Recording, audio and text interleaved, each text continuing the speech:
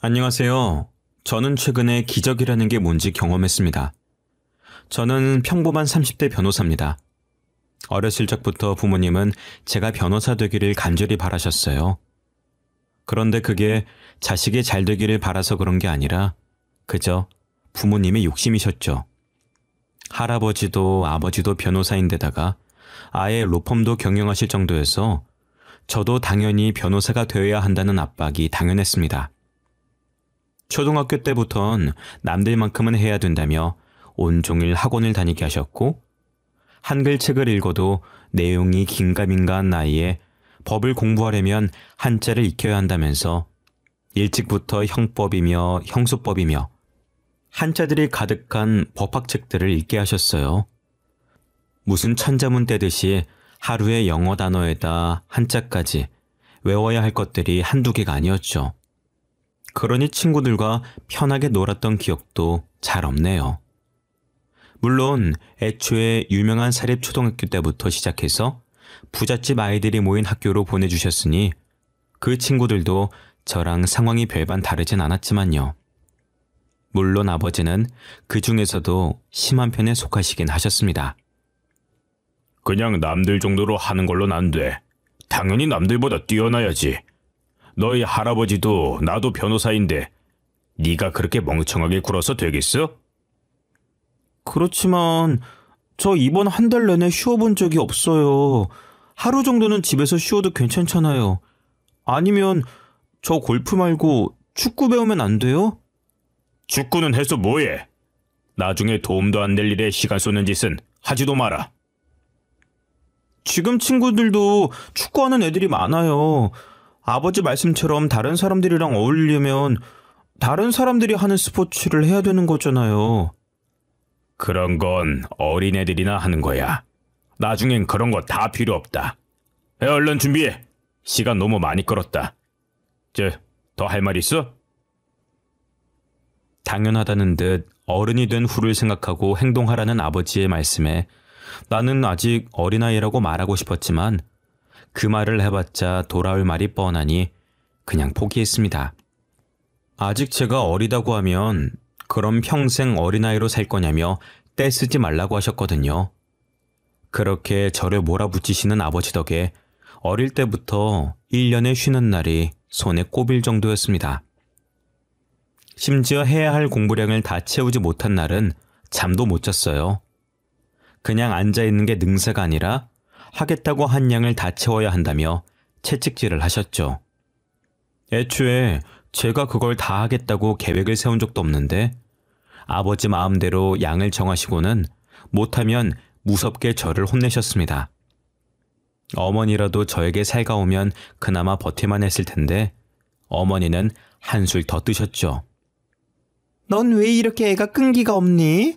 진짜 큰이라는 사람은 10년이고 20년이고 참는 거야. 그냥 참고 해. 언제까지 칭얼대기만 할 거야? 죄송해요, 어머니. 죄송한 거 알면 다음부터 그냥 해. 왜 이렇게 투정을 부려? 어머니는 저에게 애정이라곤 한 톨도 없으신 것처럼 행동하셨습니다.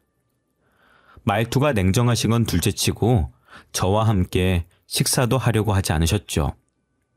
식사를 하시다가 제가 밥을 먹어야 될 시간이면 그대로 자리에서 일어나셨습니다. 마치 저를 보면 밥맛이 뚝 떨어지기라도 하는 듯이 그대로 숟가락을 놓으셨죠. 어머니, 식사 계속하세요. 제가 방에 들어가서 먹을게요. 됐다. 이미 입맛 다 떨어졌는데 뭘 더 먹니? 애초에 자리에 앉지를 말던가. 늘 저를 싸늘하게 쳐다보시고서는 방으로 들어가셨죠. 그 중에서도 가장 기억에 남았던 일은 제가 중학교 때 같은 반 아이랑 싸웠던 일이었어요. 친구랑 축구를 하는데 옆반이었던 애가 제 친구를 밀어서 넘어뜨리는 바람에 다리가 부러졌거든요. 그런데 사과도 안 하고 자기들끼리 신나서 넘어진 제 친구를 비웃는 겁니다. 실수라고 생각하고 넘기려고 했는데 친구를 비웃는 모습에 저도 화가 나서 그 친구에게 사과하라며 말하다가 결국엔 싸움이 붙어버렸죠.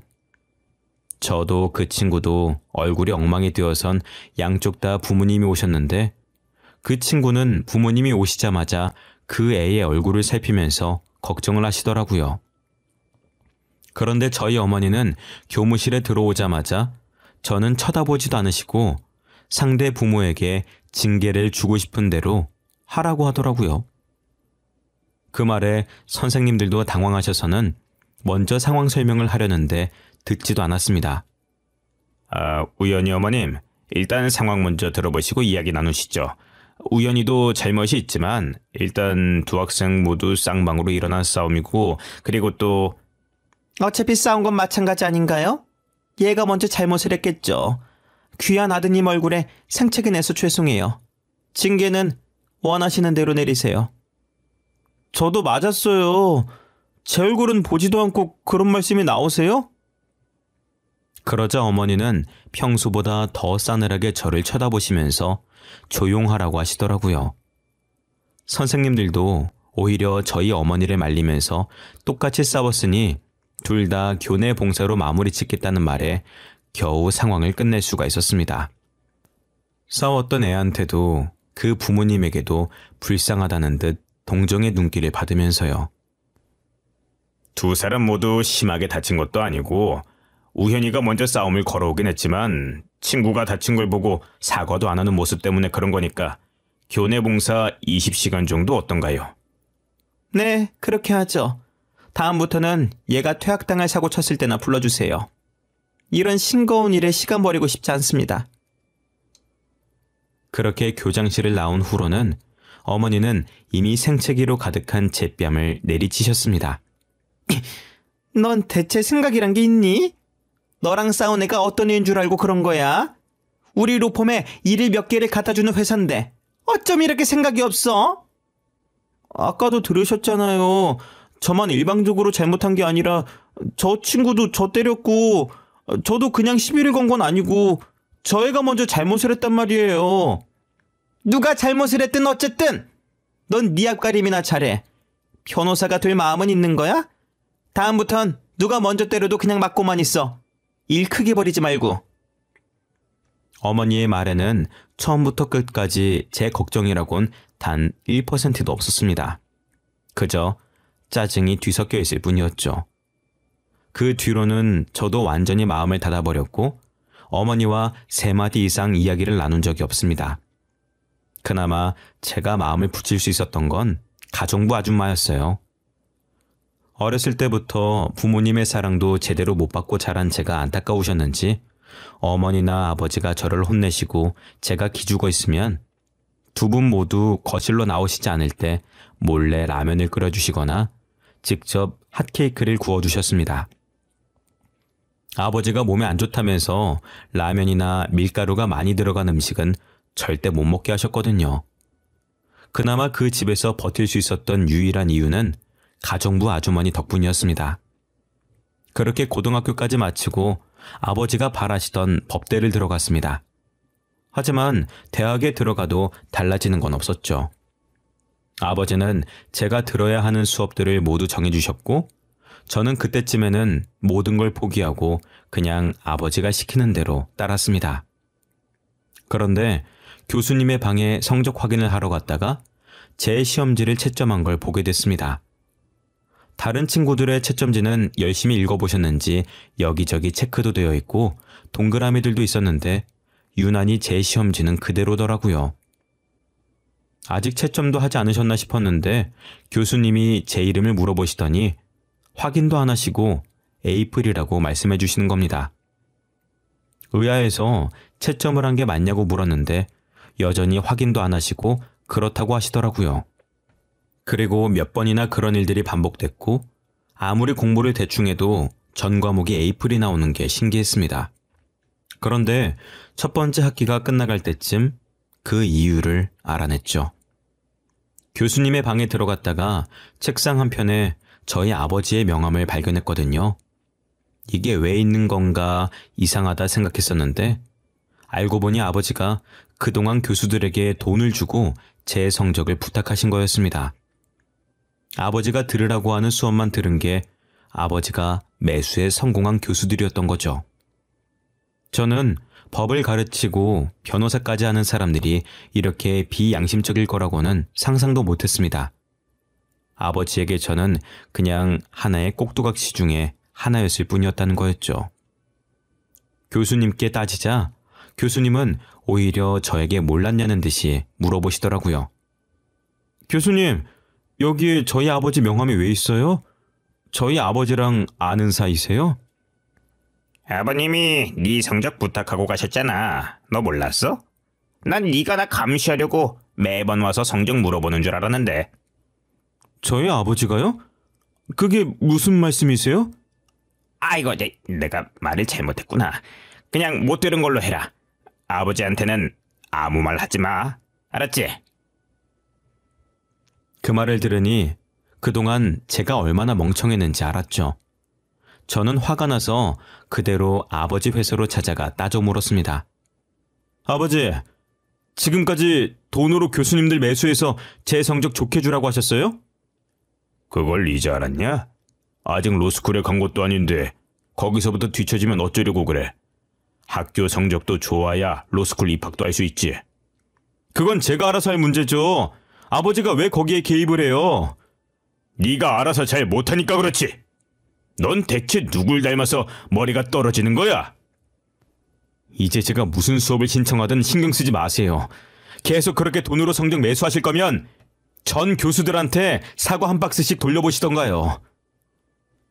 저는 그 이후로 아버지가 제 성적이며 제 수강 기록도 못 보도록 철저하게 숨겼고 성적이 뚝 떨어지긴 했지만 처음으로 제 마음대로 하고 그에 대한 책임도 졌습니다.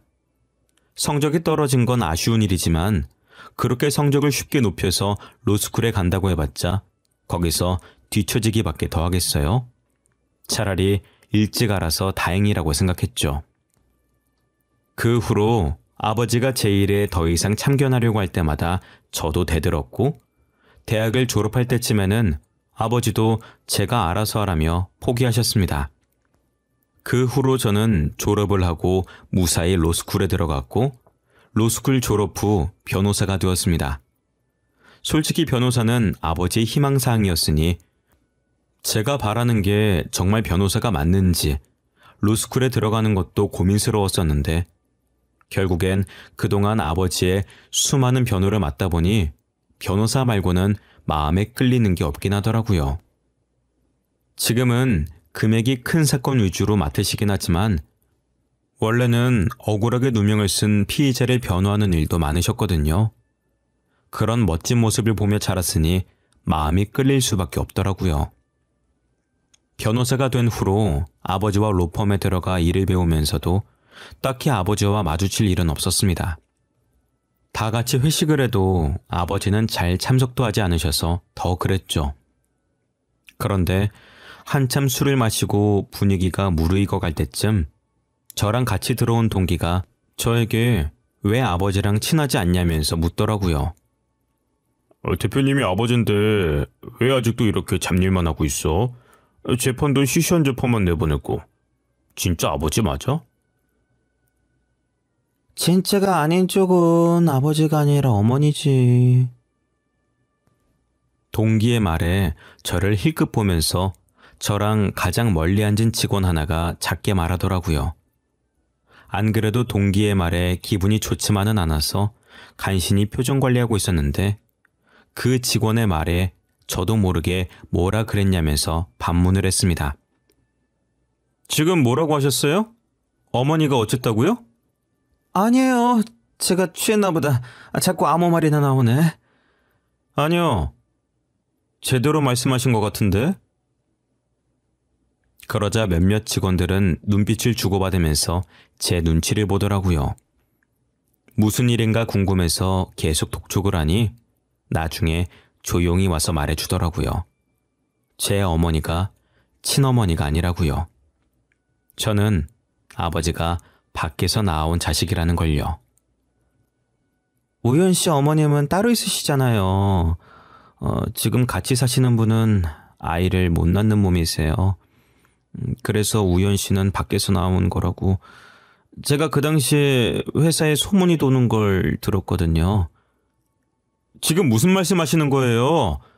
그리고 아무리 그때 소문을 들었다고 하셔도 남의 가정사를 막 그렇게 말씀하시고 다녀도 되는 거예요? 아이, 죄송해서. 저도 술에 취해서 그만 입이 방정이네요. 회식 자리가 끝나고 심란해진 저는 집으로 돌아가 아버지에게 물었습니다. 아버지, 제가 밖에서 나온 아들이에요? 그래서 그동안 변호사가 아니면 아무짝에도 쓸모가 없다는 듯이 말씀하셨던 거예요? 그러자 아버지는 한숨을 푹 내쉬더니 맞다고 대답하셨습니다. 하지만 그 뒤로 어떤 상황 설명이나 숨겨서 미안하다는 말 같은 건 따라 나오지 않았어요. 더는 아버지에게 뭔가를 묻고 싶지도 않았고 저도 그대로 방으로 올라와 짐을 쌌습니다. 그날 저는 집을 나왔고 그 이후로 몇 달이나 지나도록 집으로 돌아가지 않았죠. 하지만 그래도 어머니나 아버지는 저를 찾지도 않으시더라고요. 그러다 하루는 아버지가 재판에 필요한 서류를 집에 놔두고 오셨다면서 다른 직원이 저에게 부탁하더라고요. 어차피 제 집이니 제가 가는 게 편하지 않겠냐면서요. 가기 싫었지만 일이니까 어쩔 수 없이 거절하지도 못하고 집으로 향했습니다. 오랜만에 간 집에는 가정부 아주머니밖에 안 계셨어요. 우연아, 오랜만이야. 어떻게 그동안 한 번을 안 오니? 밥은 잘 챙겨 먹었고? 집에 반찬은 있어? 요리도 안 해본 애가 갑자기 덜컥 나가선. 할 말이 있는데 시간 괜찮니? 그리고 갑자기 진지한 표정으로 아줌마는 저에게 제 친엄마에 대한 이야기를 해주셨습니다. 네가 친모가 따로 있다는 이야기를 듣고 집을 나갔다는 건 들었어. 네 친엄마가 보고 싶진 않아? 제 친어머니를 알고 계세요? 알다마다 내 동생인걸. 다른 게 아니라 걔가 지금 많이 아파. 한 번만 만나러 가줄 수 있겠니?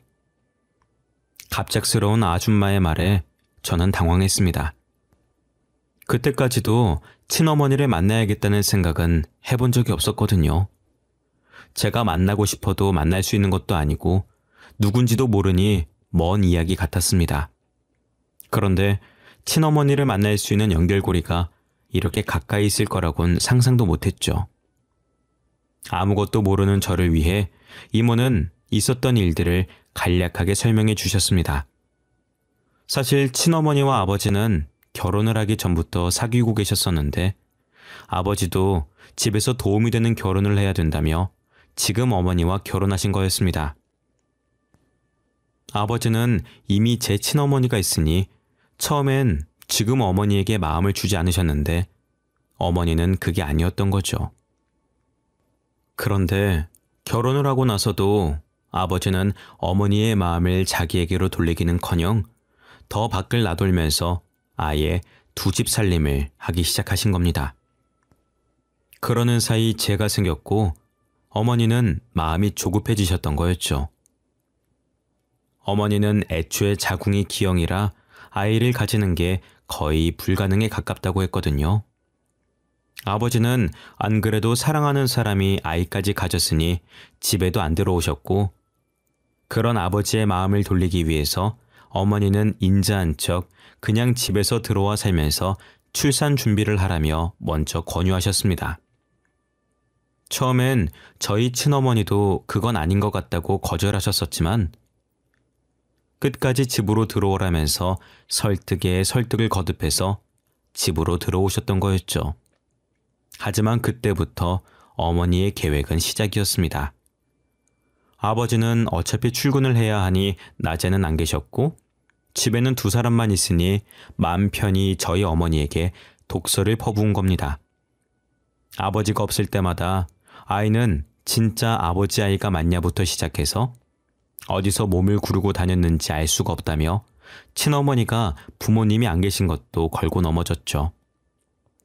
그러니 어머니는 스트레스를 받았고 아버지에게 말하려고 했었지만 아버지 앞에서는 엄청 착한 척을 해서 아버지가 믿지도 않았다고 하더라고요. 아버지 앞에선 친어머니를 챙기는 척하면서 음식을 건네주다가 접시를 제대로 받기도 전에 떨어뜨려 버리고 그걸 보고 호들갑을 떨면서 친어머니가 일부러 접시를 안 받았다는 식으로 몰아갔다는 겁니다. 그러면서 마지막에는 자기가 잘못했었다는 식으로 반성하는 척을 하니까 아버지 눈에는 점점 저희 친어머니가 술을 쓴다고 생각했던 거였죠.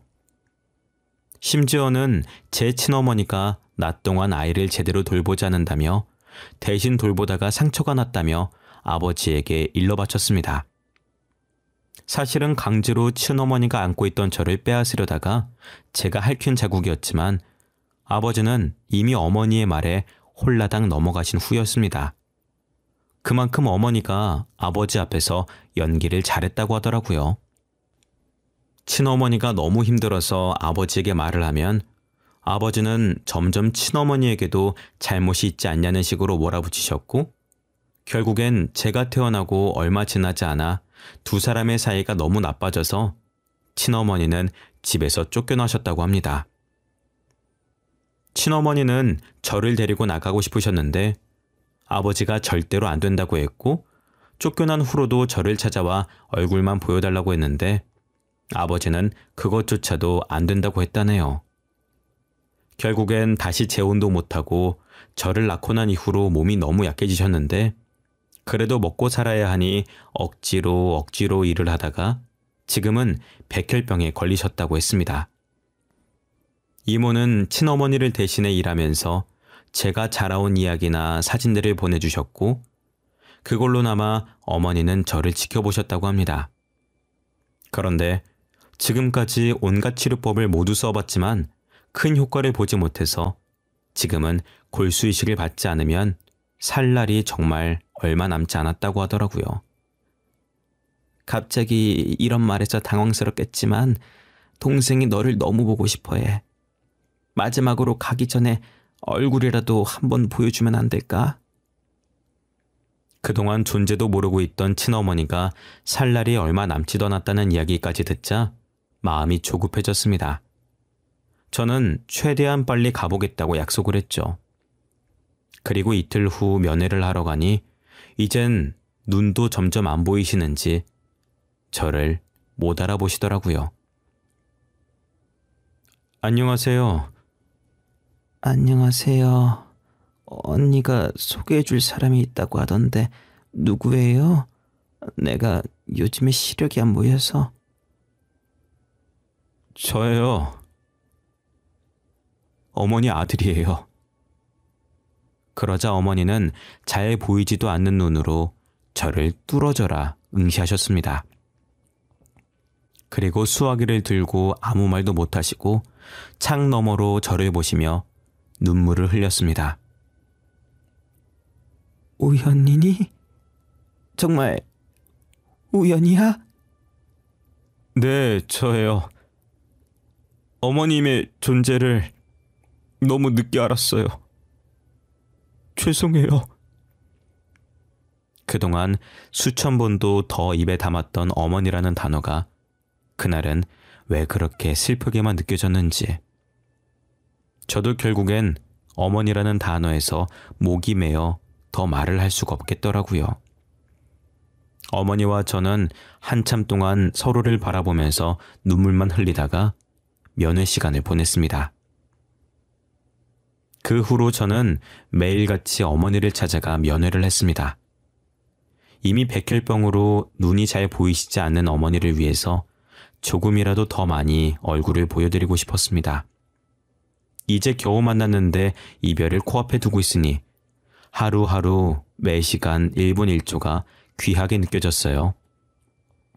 혹시나 제 골수라도 맞을까 싶어서 검사를 해봤지만 이식은 불가능했습니다. 제가 자식인데도 골수가 안 맞아요? 검사 다시 한 번만 해보면 안 될까요? 검사를 다시 한다고 해서 결과가 달라지는 건 아니에요. 보호자분 마음도 충분히 이해는 하지만 새로운 기증자를 기다리는 수밖에 없습니다. 결국 제가 할 수 있는 건 아무것도 없다는 말에 너무 제 스스로에게 화가 났습니다. 그 몇 달 동안 왜 친어머니를 찾으려고 하지 않았을까 하는 후회도 들었고요. 그동안 제게 사실을 알려주지 않았던 아버지도 너무 미웠습니다. 어머니에 대한 언질이라도 주셨다면, 혹은 어머니가 저를 찾아왔을 때 내치지 않으셨다면, 이렇게까지 친어머니를 뒤늦게 만나 후회만 하고 있진 않았을 거라는 생각이 들었거든요. 아무리 생각해도 원망이 가라앉지 않아 결국엔 아버지를 찾아가 따져 물었습니다. 아버지, 그동안 저한테 왜 숨기셨어요? 왜 진작에 친어머니가 따로 있다는 말씀은 안 하셨어요? 친어머니, 낳아주면 그게 다 친엄만 줄 알아? 널 낳은 건 그 여자겠지만 널 기른 건 네 엄마야. 길러준 은혜도 모르고. 그래서 이제 친엄마가 보고 싶기라도 한 거야? 네, 보고 싶어서 뵙고 왔습니다.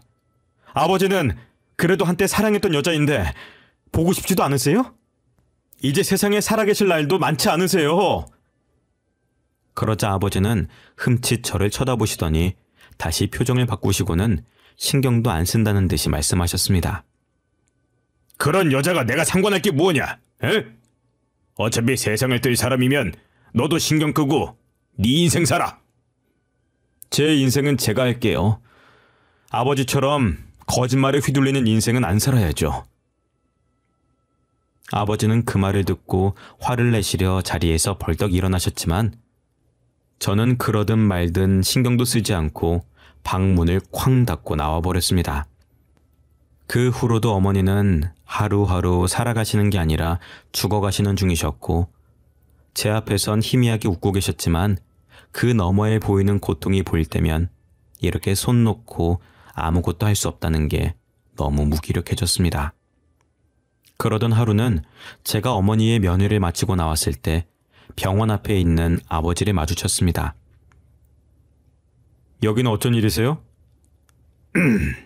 볼 일이 있어서 왔다가 그 여자가 입원해 있는 병원이라길래 이제 네 발목 그만 잡으라고 말하러 왔다. 제 발목을 잡다뇨? 그건 저희 엄마가 아니라 아버지랑 같이 사는 그분이시겠죠. 아버지는 아직도 그 여자한테 속고 계신 거예요. 아직도 모르시겠어요? 내가 속긴 뭘 속아? 응? 네 어머니는 저 병원 안에 있는 저 여자가 아니고 널 키워준 사람이야. 아직도 그 여자한테 속고만 계시니 저는 더 드릴 말씀이 없네요. 어머니한테 찾아갈 생각은 하지도 마세요. 어떻게 사랑했던 사람이라면서 그 사람의 말은 제대로 들어보지 않을 수가 있는지, 정말로 어머니를 사랑했던 건 맞는지 의문스러웠습니다. 그 후로 며칠 동안 일이 너무 바빠서 면회 시간에 맞춰서 어머니를 만나러 가지 못했습니다. 그런데 그 사이에 아버지가 찾아갔었었는지 그 다음번에 찾아가니 어머니가 저희 아버지 이야기를 하시더라고요. 네가 안 오는 동안 네 아버지가 찾아왔었어. 아버지를 너무 미워만 하지 마. 그래도 부모 자식인데 나도 가고 나면 정말 하나뿐인 가족일 텐데. 그런 소리 하지 마세요. 부모 자식 인연을 끊어놓은 사람인데 어떻게 미워하지 않을 수가 있겠어요? 어머니를 이렇게 만든 건 아버지나 다름이 없다고요. 아니야. 그게 왜 그 사람 탓이야.